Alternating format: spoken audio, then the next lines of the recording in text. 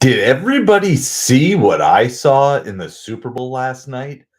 We had a final result that I think no one was expecting whatsoever. I don't think it was out of the realm of possibility to expect or see the Eagles to win that game, but the way in which they won that game was absolutely phenomenal. It was a masterclass, and beyond the fact that it was a masterclass, it wasn't even a perfect game. I was reading some articles where they were like, Eagles played a perfect game. I'm like, Jalen Hurts threw an interception. They had a pass interference, an offensive pass interference that cost them points. The Eagles could have won that game by even more, and it was absolutely amazing to see. I know just in talking with people today while I was out and about, everybody said basically the same thing. We kept expecting the Chiefs to make this comeback after halftime.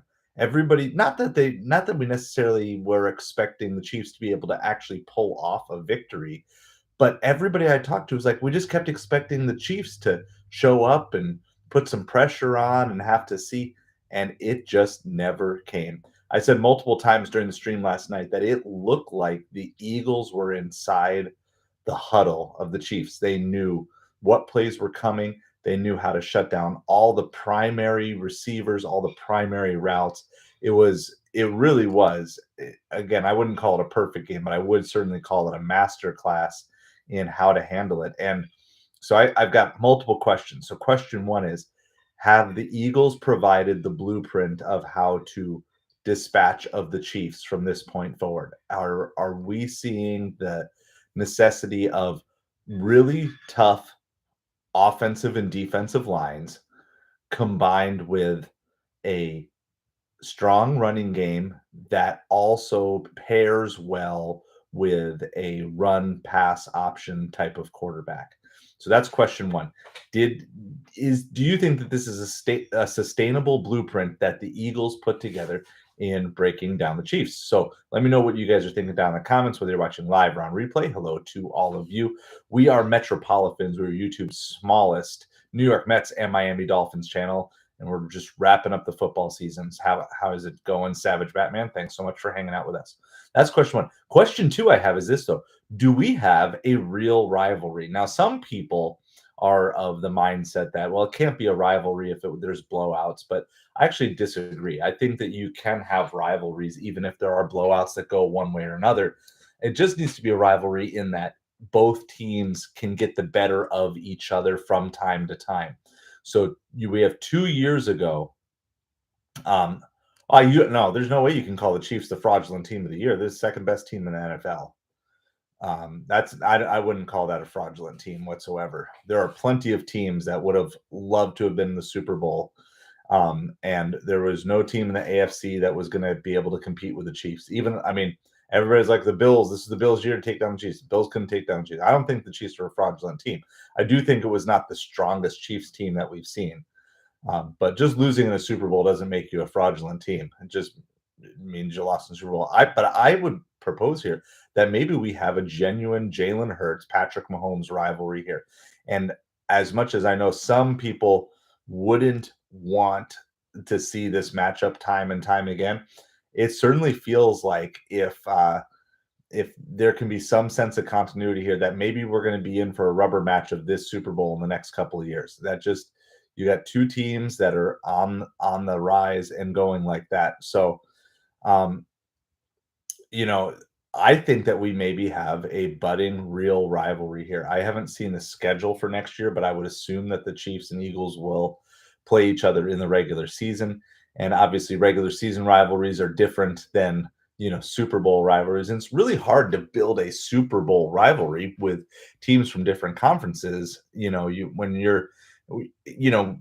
would have two teams in the same conference that face each other 2 times a year, maybe even 3 times a year if they meet in the playoffs, that's one thing. But it's a lot harder to have an AFC and an NFC team be true rivals.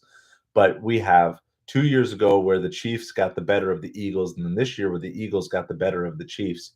Um, I really think like there is some good possibility here. So I think fans overblow things like overrated and different things like that. The Chiefs were still I mean, it'd be hard to argue that they were not the second best team in football this year. If you want to, look at who they beat. They beat everybody pretty much that was set before them in the AFC, other than the Bills. But then they got back at the Bills in the playoffs when it mattered more, and then they lost what to the Broncos in Week 18 when it didn't matter. They basically ran the entire AFC. Now, if you want to argue anything, I would argue that maybe the AFC was weaker than what people think. And I think the other thing, the more notable news, is that the NFC East was maybe a lot stronger than what people thought. And I think yesterday was not uh, it was not a game where the Chiefs collapsed. It was a game where the Eagles dominated. And I think there's a very, very different distinction between those. So, there's Savage. You just don't like the Chiefs, and that's cool. I get that, but no, there is. I think there's a lot to be said about why or how we kind of overrated the NFC North as much as we did, and how strong the NFC East was in the playoffs. So what metrics were we missing? I think that is a much bigger, a much more important question to ask in the midst of all of this, is why was the NFC East so under the radar? Um, and was it maybe a factor of scheduling? Was it how which conference or which divisions the NFC North played that maybe gave them a boost? It'd be really interesting to see kind of what that was. But it was an old-fashioned just domination by the lines. Offensive line, defensive line completely dominated for the Eagles. And so I just thought it was very interesting, but I wondered, is this another Super Bowl matchup we're going to see again? Because you can start to be like, well, wait a second here. Now you've got the Eagles, who have been two in the last three Super Bowls. Chiefs have been in the last three Super Bowls. Um, it'll be interesting to see, how many more years of running back life does Saquon have in those legs? Now, the good thing was, um, that maybe surprised me even a little bit as well, was you didn't need Saquon to have his best game of the year, because who Saquon is ends up occupying so much of the defense, whether you can stop him or not, because it is very difficult to stop both Saquon and Hurts when you basically have a quarterback who can also be a running back. And I just think there was a lot of narratives. And one of the things that I think was the best thing, and I said this from the beginning, for the Eagles to win, they needed to make sure it wasn't a close game. They needed to, I figured, and if it was a one-score game, it was going the way of the Chiefs. The Chiefs just seemed to do really well in that scenario, and having this be a situation where the Eagles got out to a big lead and just kept expanding and expanding and expanding. That's how you beat a team that's maybe been there before. Is you can't just beat them in a little way. You have to beat them in a really strong way.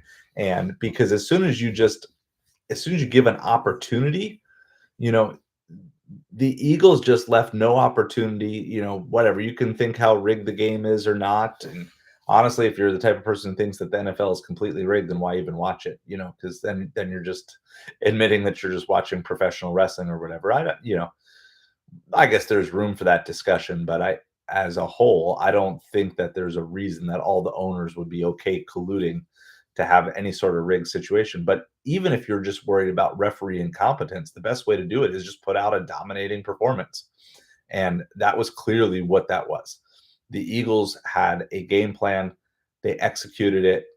They executed offensively, defensively. I saw just some of the defenders made great reads. They were watching Mahomes' eyes. Uh, Cooper DeJean, DeJean, DeJean is not how you say it. I think it's Cooper DeJean. I think that's how you say it. It was great. He had a great day. It was his birthday. Get to play in the Super Bowl on the birthday with a pick six. And, it's hard. Like, and this is the big thing, and this is why, like, you never take these opportunities for granted. It is so hard to get to the Super Bowl now.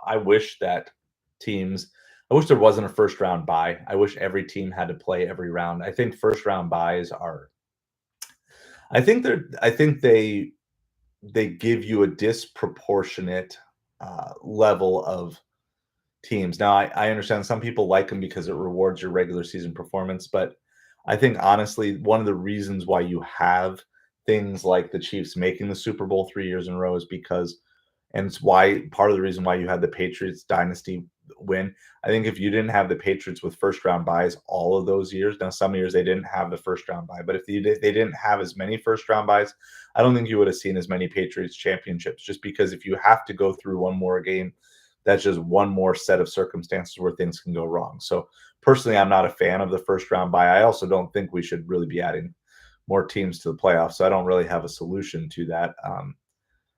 But point being, um, you get to the playoffs with the first round bye. You win one game, you're in the AFC Championship, or you win one game, you're in the NFC Championship if you have that first round bye. And then if you have any team that kind of got there that was less than superior, then it kind of makes it kind of a slightly easier path than I think what it should be. I'd rather see something along those lines. And maybe if we get expansion down the road here, I know the NFL wants to get into some international markets, and maybe that's the way that you could solve that problem a little bit. You could have an NFL division, NFL Europe division or something like that. And maybe you could have that work a little bit more in your favor. But I just wonder if we're going to have some form of a budding rivalry here. This Chiefs Eagles. It's pretty rare to have Super Bowl rematches that quickly, and I certainly wouldn't put it past. I mean, you've got this team that's put this system together. Um, they've cultivated some new things, and I really wonder. So yeah, no, I mean, I understand the argument for the first round buy for sure. I just think if you want, it just depends on what you're trying to do. If you want to kind of make it a little bit easier for the best team in the conference, then for sure do it. But it's also going to lead to less variety because it's just easier to get to the conference championship games. So, yeah, I mean, if you go to 16 Savage, then that would be the way to solve the first round bye problem if you wanted to. Honestly, we're already at the point where you got teams making it in at the bottom that probably don't deserve to be there. I was always fine with a 16, but at this, we're probably not going backwards. But no, I get it. I just tend to be more of I feel like the home field advantage should be enough of an advantage. That's just my personal take on things. But I've always felt that way in competitions. I just always feel like a bye assumes that the top seeded team is the best team, and it makes it a little bit easier for them to make that progress. But that's fine. That's just my opinion. I'm not going to defend that to the hilt. But I really do wonder, can we see this? Do you think we can see this Super Bowl matchup again in the next couple years? And I don't see why not. That is true. That is true. You do have to win more games. But I look at, it's kind of like the point and the counterpoint. The point is you still have to win the games, right? Like that's the NFC North this year. You get the bye, but it doesn't guarantee you anything. So that's certainly the counterpoint to it. So I'm a fan of underdogs, and I'm a fan of giving underdogs a shot to take the top teams out right away. So, but that's just me. I'm old school like that, or I'm weird like that, whatever it is. So I'm the same way, like with the play-in games, and I know they're not playing games with the NCAA tournament, and I don't like first round buys in baseball. I actually think in baseball it actually can hurt your team to have a bye because you end up resting so much. Well, I think the reason I would argue that in football is in really any sport where you have an unbalanced schedule, because everybody thought the NFC North was the best conference, the best division in football, with how the Vikings, Packers, Lions did.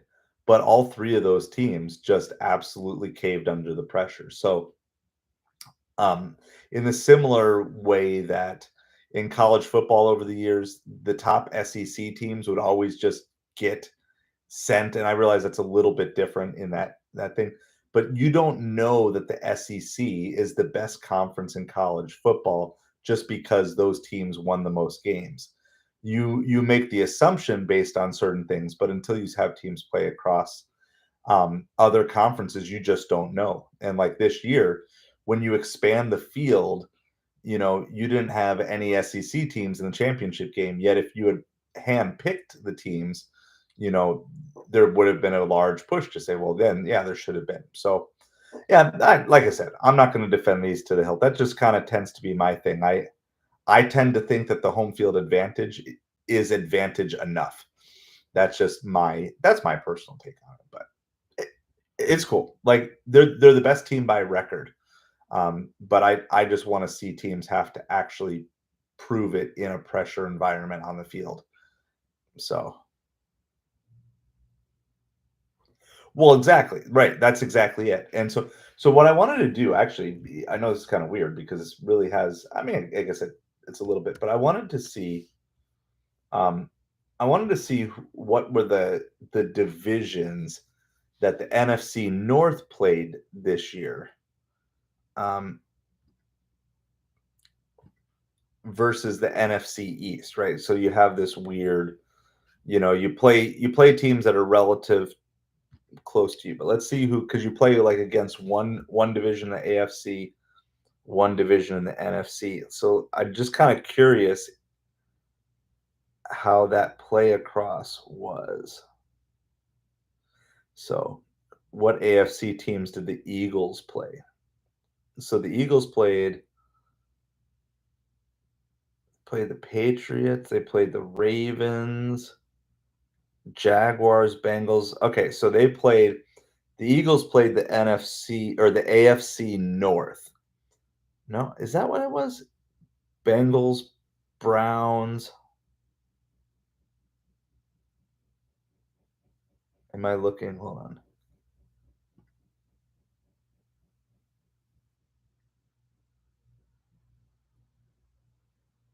Yeah, I mean for sure. Only one team getting a bye is a lot better than what it was with two teams getting the bye because yeah, it's like you get the same perk for finishing in second place. So I'll find common ground with you there, Midnight, for sure. So yeah, it's really hard to judge who's a best team based solely off of record, in my opinion, when you're playing unbalanced schedules. So that's all. That's my only thought on this. I'm just trying to see here. I'm trying to find a good breakdown. Yeah, well, we certainly have the NFC East to thank for two less Tom Brady championships, thanks to Eli Manning and the Giants. 2020. So the AFC North for the NFC East. Yeah. And so those are always tough games. And then Savage, do you know offhand who the NFC North, who was their cross division? Was it the AFC East, which was particularly weak this year, other than the Bills? Was that who it was? I wonder. So you might have teams that were somewhat inflated. Or who did they have? Let's see. Because I know the Packers played the Dolphins. Oh, they had the AFC South. Yeah, so the AFC West had three playoff teams made it to Super Bowl. Yeah, so they had the AFC South. So when you look at this, these were the teams in the AFC that the Vikings and the Packers and the Lions beat up on. It was the Jaguars. It was the Titans. Okay. In addition, I'm looking at the Vikings schedule here. Some of the, when you start to look at the teams they actually beat, the Vikings beat. These are the AFC teams that the Vikings beat this year. Texans, that was a good win. The Jets, nothing. The Colts, the Jaguars, the Titans. When you start to see who you start to see who and maybe why the NFC North was slightly inflated because they kind of just got a good draw in teams that they ended up playing. So, I don't know. Anyway, broader question. Can we see this Super Bowl again? Right. And so then you can chalk up, basically 4 extra wins for the Lions, 4 extra wins for the Vikings, 4 extra wins for the Packers, or at least 3 in those cases, versus playing other teams. And then they also played, so they played the Falcons. I'm just looking at a Vikings schedule here. They also had the Falcons. They also had anybody else. Of course, they had the Bears in their division, which was 2 easy wins. Well, 2 wins. They had the Cardinal. So sometimes it's just the way these schedules work. Um, that's what it is. So I don't know. I'm just wondering, are we going to see? What do you guys think the chance is that we see another Chiefs Eagles Super Bowl? Let's say the next 3 years. In the next 3 years, do you think we see these two teams match up again? They've matched up twice in the last 3 years. Are we going to see it one more time? Well, yeah, they did play each other tough. So, and is it just a case of look, they just had a bad playoff draw. I mean, obviously some of it they're going to take each other out, but Dallas has the AFC West next season. Okay. So, but I wonder, I wonder, and then legacy. I always like talking legacy. This game does not hurt Mahomes' legacy. Obviously, winning the game would have helped his legacy, but there's no, Brady lost multiple Super Bowls, and that doesn't hurt his legacy. There. I feel like this was maybe one of the worst Chiefs teams we've seen, and Mahomes still got them to the Super Bowl. So I don't think that Mahomes' legacy is hurt here, but Jalen Hurts, um, he would have been hurt. His legacy would have been really rough had he lost this game or had gotten blown out in this game.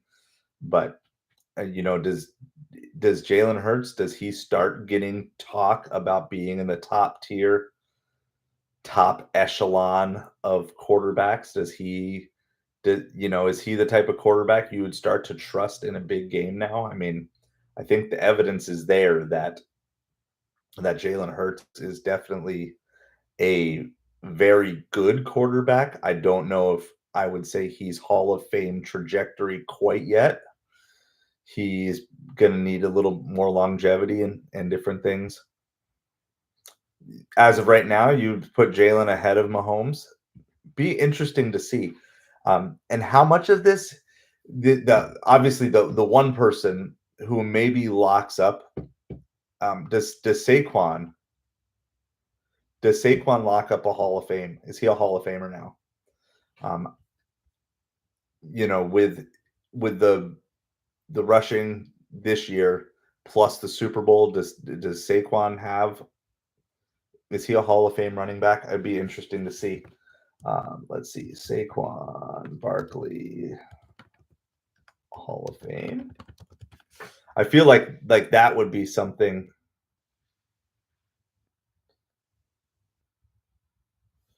I feel like Saquon's probably a Hall of Famer now, based on that. So I'm just kind of seeing,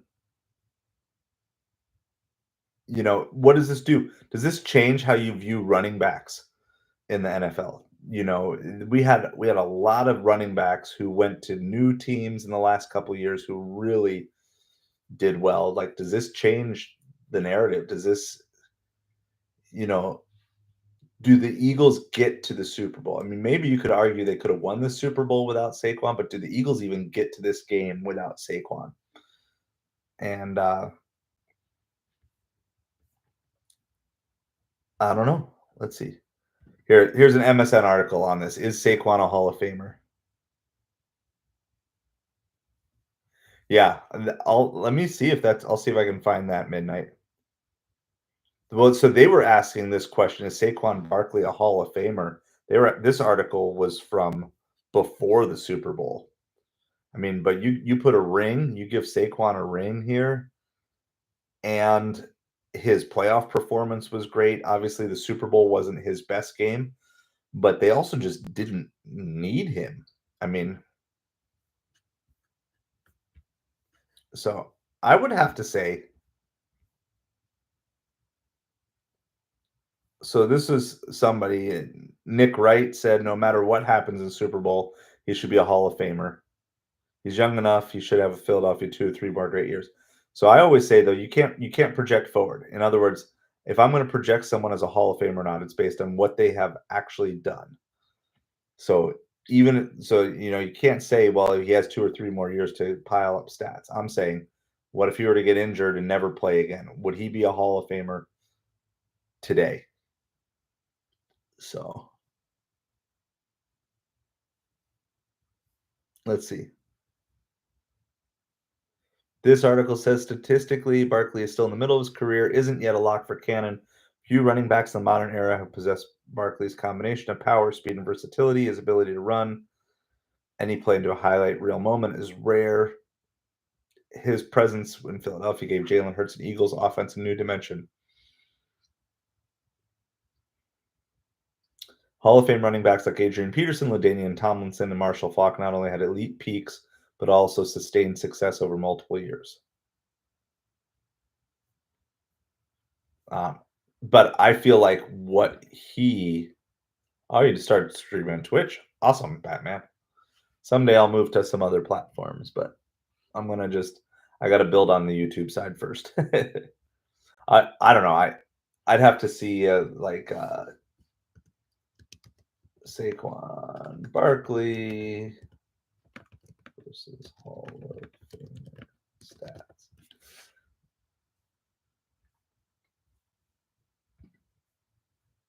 As good as he was in Jersey, Barkley was in the Hall of Fame before the trade.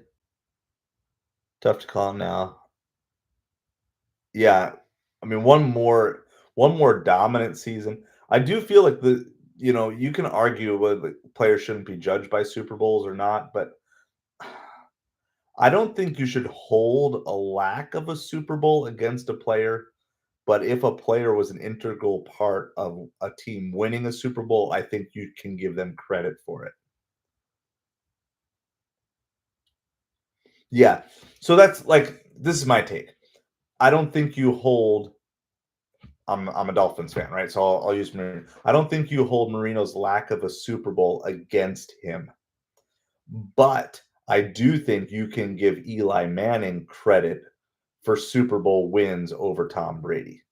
In other words, I don't think a lack of a ring shouldn't hurt you, but if you are part of the reason you get a ring, if you are a genuine contributor for the ring, it should help your case. That's my take on it. And I don't know if the Eagles get to the Super Bowl without Saquon.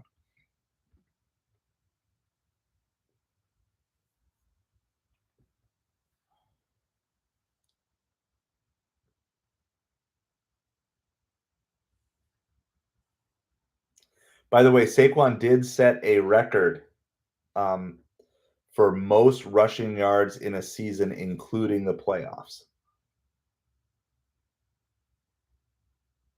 So I don't know what his final total of rushing yards was, but as of halftime yesterday, or yeah, as of halftime yesterday, he had 2,478 yards. And that's total rushing yards, including the playoffs, which beat Terrell Davis's 2,476 in 1998.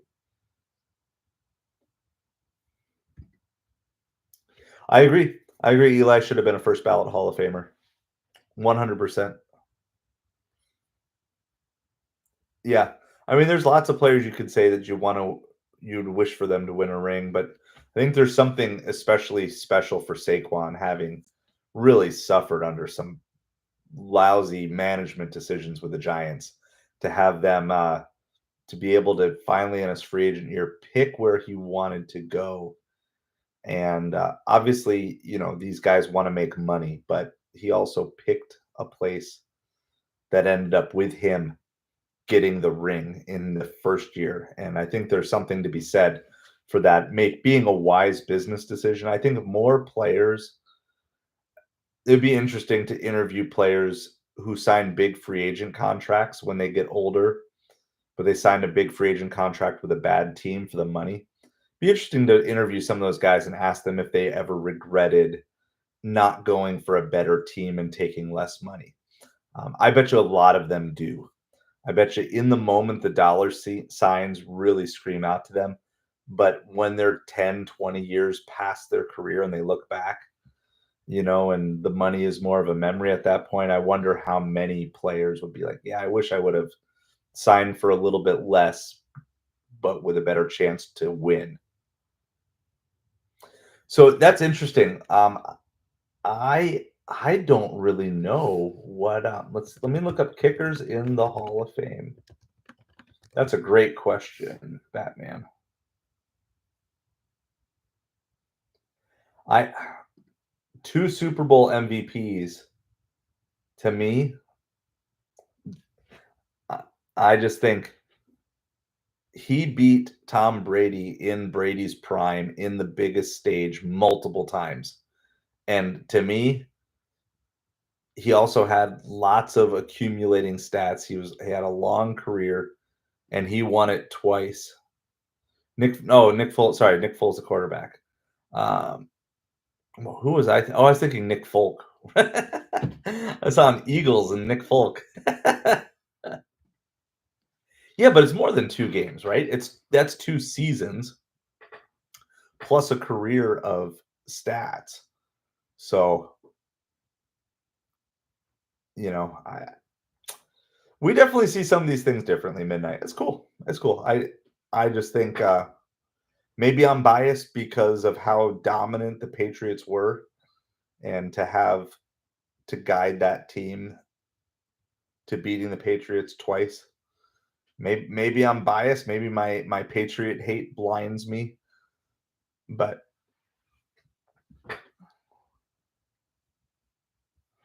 alright. I wish is there a good, Nick Foles versus Hall of Famers.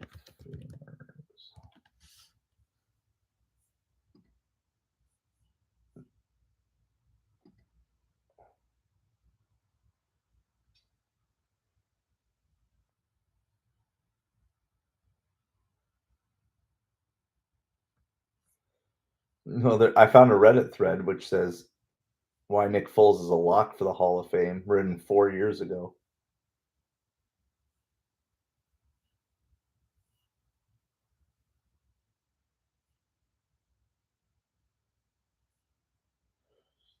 I don't know. I don't know full stats that well.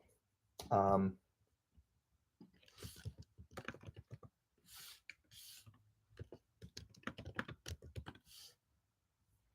is Vinatieri? No, I guess Vinatieri was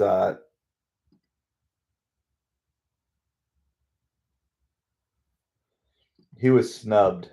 He was snubbed most recently in this last Hall of Fame voting.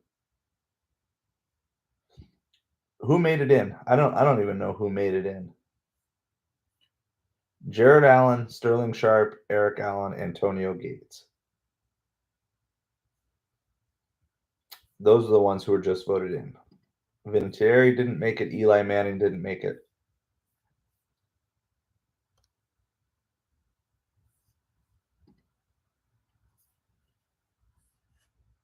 Yeah, see, was how long of a peak did he have? I agree with that. We'll agree on that one for sure.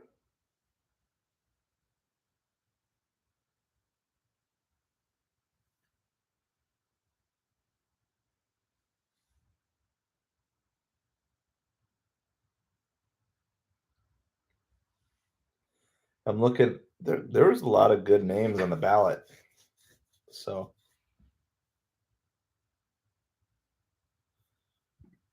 yeah, no, I agree. I mean, I hated seeing him come out because you knew he was gonna make it. You knew he was gonna make it. Reggie Wayne also did not make the Hall of Fame too. I think Some of these guys will definitely make it in eventually.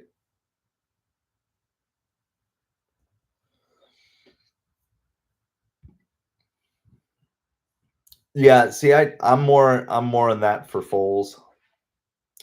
I just don't know if he had a long enough run at the top. And it kind of depends on what the definition of the Hall of Famers. Do you value longevity even if someone's not the top one or two at their position? Does that matter? How much does playoff success matter in light of other things? So, yeah, it was almost like when there was no pressure, Foles was great, but then, it was like the 1-year wonder. I don't know. I don't know.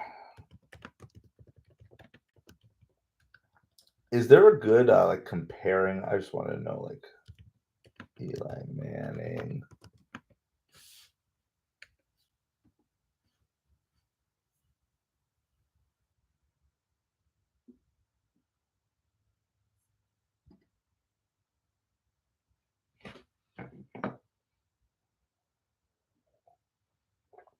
Yeah, and I guess my take on the Foles thing would be if Foles had multiple Super Bowl rings, then I think that just becomes a lot harder to argue against in the way I but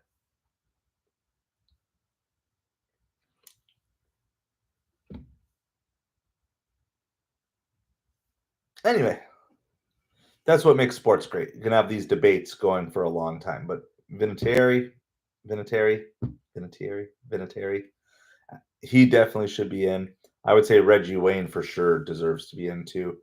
I'd have to look at some of these. Well, that's true, right? But does two Super Bowls, right? Like, does two Super Bowls make a difference? And to me, it kind of does. And not just getting to two Super Bowls, but winning two Super Bowl MVPs. And yeah, no, but I know what you're saying, but I also think Eli Manning's not like he had no stats.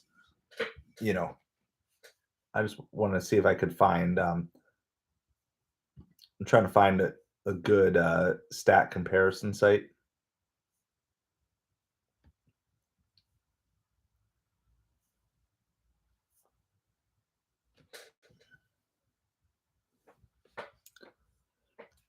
All right, here's Eli Manning's stats: 236 games,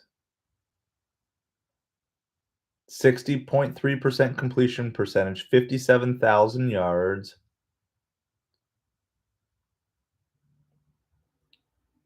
366 touchdowns, 244 interceptions, quarterback rating 84.1.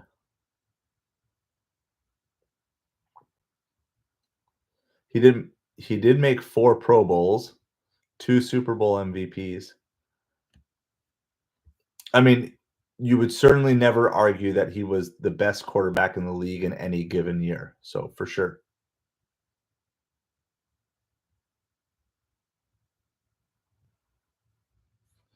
Oh yeah, no, I mean for sure. I'm just trying to figure out like let's see. Let's go. Who's a good comparison quarterback for Eli Manning? Let's just look up. What about like Ben Roethlisberger?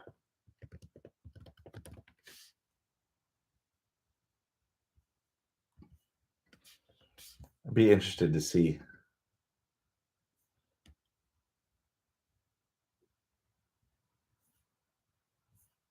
I mean, there's longevity too. Is there value to that?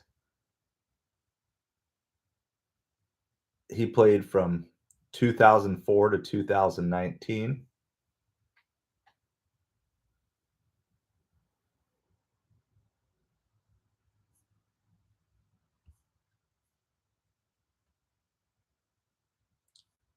He passed for over 4,000 yards, 3, 4, 5, 6, 7 times in his career. I don't know. I don't know. Eli Manning versus Ben.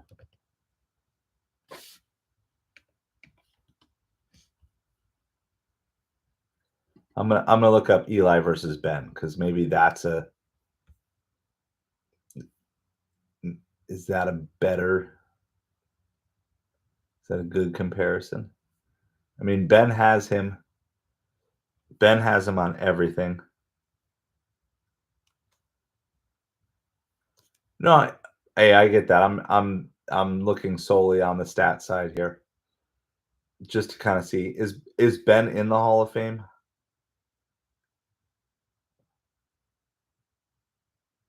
They both won 2 championships, right? I mean, but in every category, pretty much, Big Ben has Eli beat,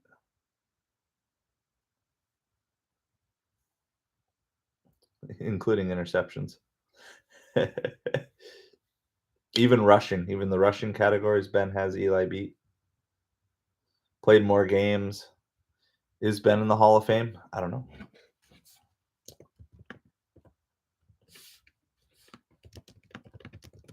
He's got to be, right? He's got to be in.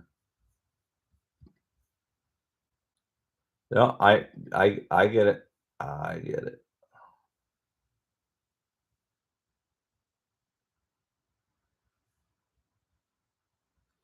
Oh, Ben hasn't been voted on yet. Well, I wonder if there's maybe this is kind of the litmus test too, is if Ben. It'd be hard to put Eli in and not Ben for sure because they both have the 2 Super Bowls. So interesting stuff. So, but what a game! What a game last night, and just really well game planned on the offense and the defensive side. So, congrats to the Eagles for sure. That was an unexpected, I think, by most. Should be noted that in my prediction, I did pick 22 points for the Chiefs. So, and had the Eagles kicked 3 less field goals, I would have had their score perfect too. So there is an alternate universe somewhere where the Eagles didn't kick 3 of those field goals in the 3rd and 4th quarter, and I picked the score exactly. It's just not this universe. So good conversation, Hall of Famers, and all these different things. It's what makes sports so much fun is digging in and just looking at the stats, and there's also the eye test too, which I tend to value a little bit. Yeah, and I'm sure I do have some biases here because I do not like the Patriots, and I'm thankful for Eli for beating them twice. So, so with that in mind, we're probably not going to have too much more football coverage over the weeks ahead. As there's little things that come up, we will certainly mention them. But we're going to be primarily on to baseball coverage from this point forward. So we're super excited about that. There's still a week and a half maybe till spring training games really get going. Pitchers and catchers, I think, report this weekend maybe. There's still a couple of free agent signings going on, but we are going to be coming at you with sports coverage. We will dip our toe into NCAA March Madness. I am such a I don't really follow college football till about the end of February. I start following when the conference tournaments come up, and just try to get a little bit of things. So maybe we'll do some little streams of that as we go. Oh yeah, absolutely midnight. Absolutely. And that's this channel is always going to value the open dialogue. We're not going to allow anything to degenerate into name calling or anything like that. At some point in time, I'm sure we'll deal with people who'll be going crazy over things. So no, it's good to I think open, honest debate and conversation. That's how you make progress and understanding what people look at. And I think if we can learn how to do it respectfully in the sports world, I think it's going to actually pour out into the real world as well. think the more opportunity that we spend just practicing listening to each other. Like, I get it. I get it. I see the arguments like for the Baseball Hall of Fame. I see the arguments for and against the steroid users. I see from the baseball side, I see like, yeah, put the guys in because they were the best players of their era in an era where everybody was pretty much using steroids. And then I also see, you know what? They cheated. Don't let them in. I I I can see both sides of that argument, and I don't feel like I have to take a side for either of them. I feel like I'm just willing to listen and take things in as they come. And I don't think that my sports opinions are the correct or the best sports opinion. So I value the dialogue, and we just always want to keep it respectful and fun and digging. And I like digging into the stats, you know. So technically no midnight, but also the league kind of looked the other way because you had this home run chase that went on between McGuire and Sosa because baseball was in trouble after the strike. And so McGuire and Sosa bulked up, started hitting home runs, and everybody was suspicious. But baseball was like, no, it's cool. Just let them have this home run race. And then what happened was Barry Bonds was better than McGuire or Sosa. And they started getting all the attention. Barry Bonds said, well, look, I'm better than both of them. So I'm using steroids because I need to prove that I am superior in the record books to these guys. So yeah, no, I mean, I 100%, I get the cheating is cheating, but then now baseball's in this weird thing where they've got some known steroid users in the Hall of Fame. So if you've got some in, then don't you just let them all in? I don't know. My other thing is like Barry Bonds was a Hall of Famer before he ever started using steroids. Like his stats were there without it guaranteed. And yeah, no, I mean that's what they for the most part, that's writers have not voted steroid users in. Um yeah, but again, the problem is, and I'm not this is from his point of view. Now remember, Barry Bonds is not particularly well liked by people in the media, in locker rooms, and different things. But when you have contracts riding on it, you have, Bonds is like, well, look, I'm he, in his mind, I'm the best player. These guys are getting all the attention. These guys are getting the fame. These guys are getting the money, and they're cheating. And baseball didn't do a thing about it. And so I'm not I'm not disagreeing with you, but I 100% understand, you know, this idea of Bonds felt like he was getting robbed of the attention that he was due when he did it right. Right? It's kind of like, the letter of the law says the speed limit is 70 miles an hour, and the letter of the law says if you're going 71, you should get pulled over. But if you're driving down the road and a cop passes you going 75, you feel pretty comfortable driving 74, right? Like, yes, you're technically breaking the law. Yes, you technically could get a speeding ticket. But when the cop is speeding and when everybody else is around you is speeding and they're all going faster than you, and you're like, well, wait a second. Why am I the one getting pulled over when everybody else is doing it? And so I, yep, no, and I agree. I, you know, I'm sure a lot of these guys wish that they hadn't have done it, but I think it's becomes one of those things. I kind of put the onus on baseball for saying, look, you can't turn a blind eye and make money off of these guys.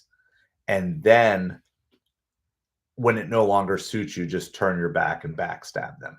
That's, I think, the bigger issue that I have is that MLB has never really taken on any of the blame or culpability for any of this.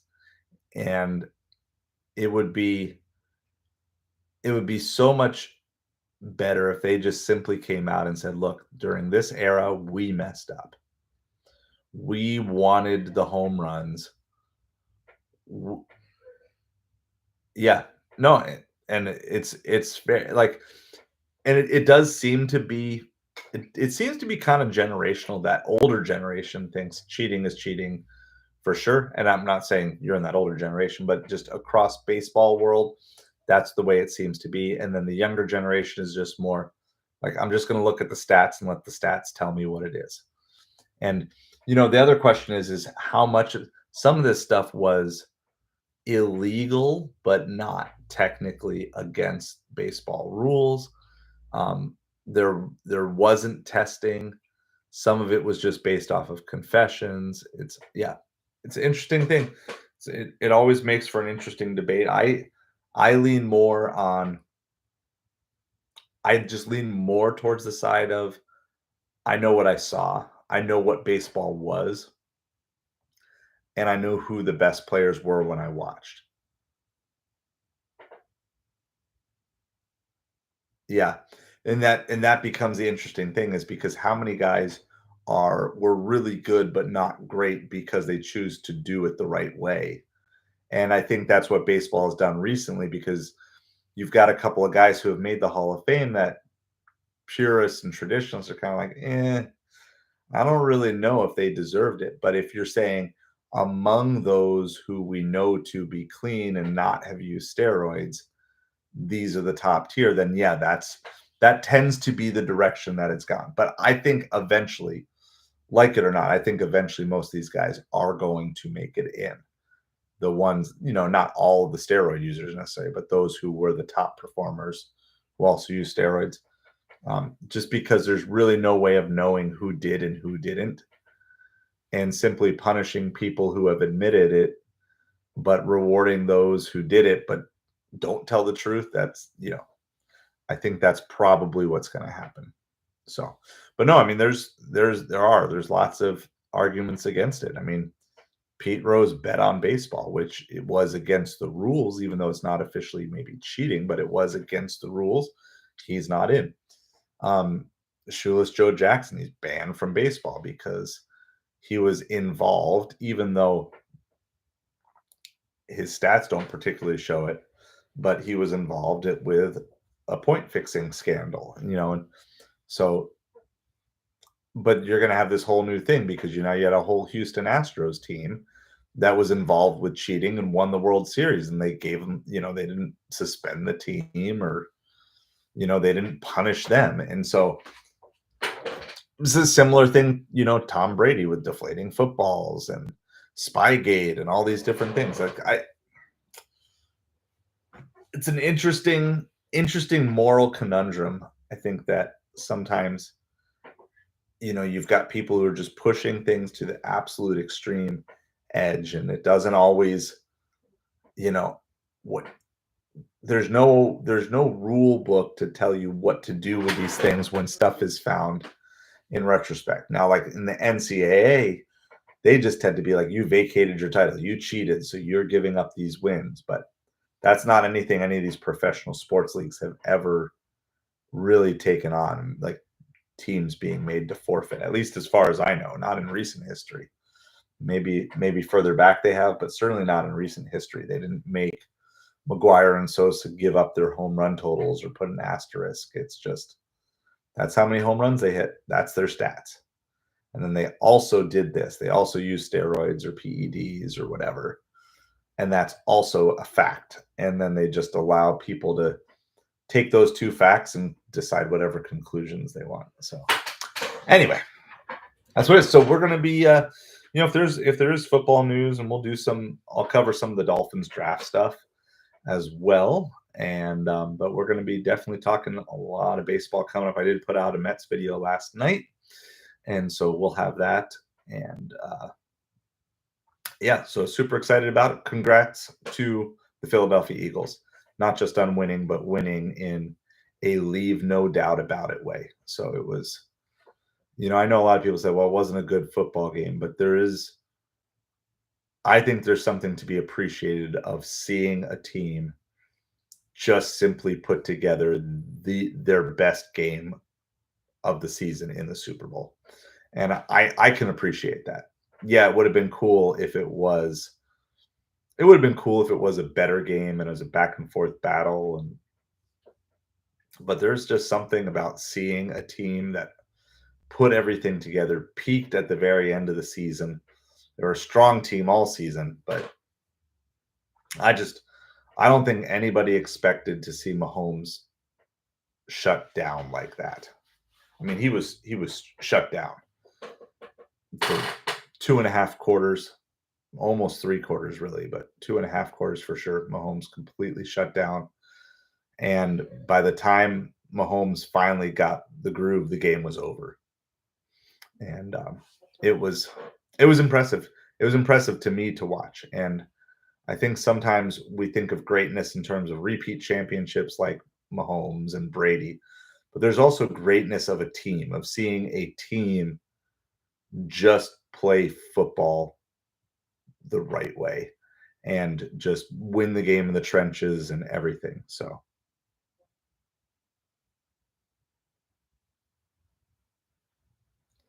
no, that is 100% a fair point. Midnight for sure. I think it's just the hard part is these leagues haven't really ever set out what the punishments to breaking the rules are, and so then it seems to be just I think whatever you do need to be consistent, or else you send really mixed messages with things. So, but what do you do? What do you do with Deflategate and Spygate? So, it's all good. It's all good. You're good, Midnight. So, congrats to the Eagles on a great season and just capping it off in a great way. Thank you guys for hanging out here. Good talking and going over the football. And I wonder, so just let me know, especially if you're watching this on replay, like, do you think we're going to see Chiefs Eagles version 3 in the next 3 years? And I'm not going to say definitely yes, but I'm going to say it would not surprise me. You just got two quarterbacks that really have seemed to they really seem to thrive in the way the NFL is set up to run right now. So it will be interesting to see. Maybe we'll do like early picks for Super Bowl next year and some other things like that. So, all right. Well, I appreciate you guys so much. Have an awesome night, and we'll talk to you again soon.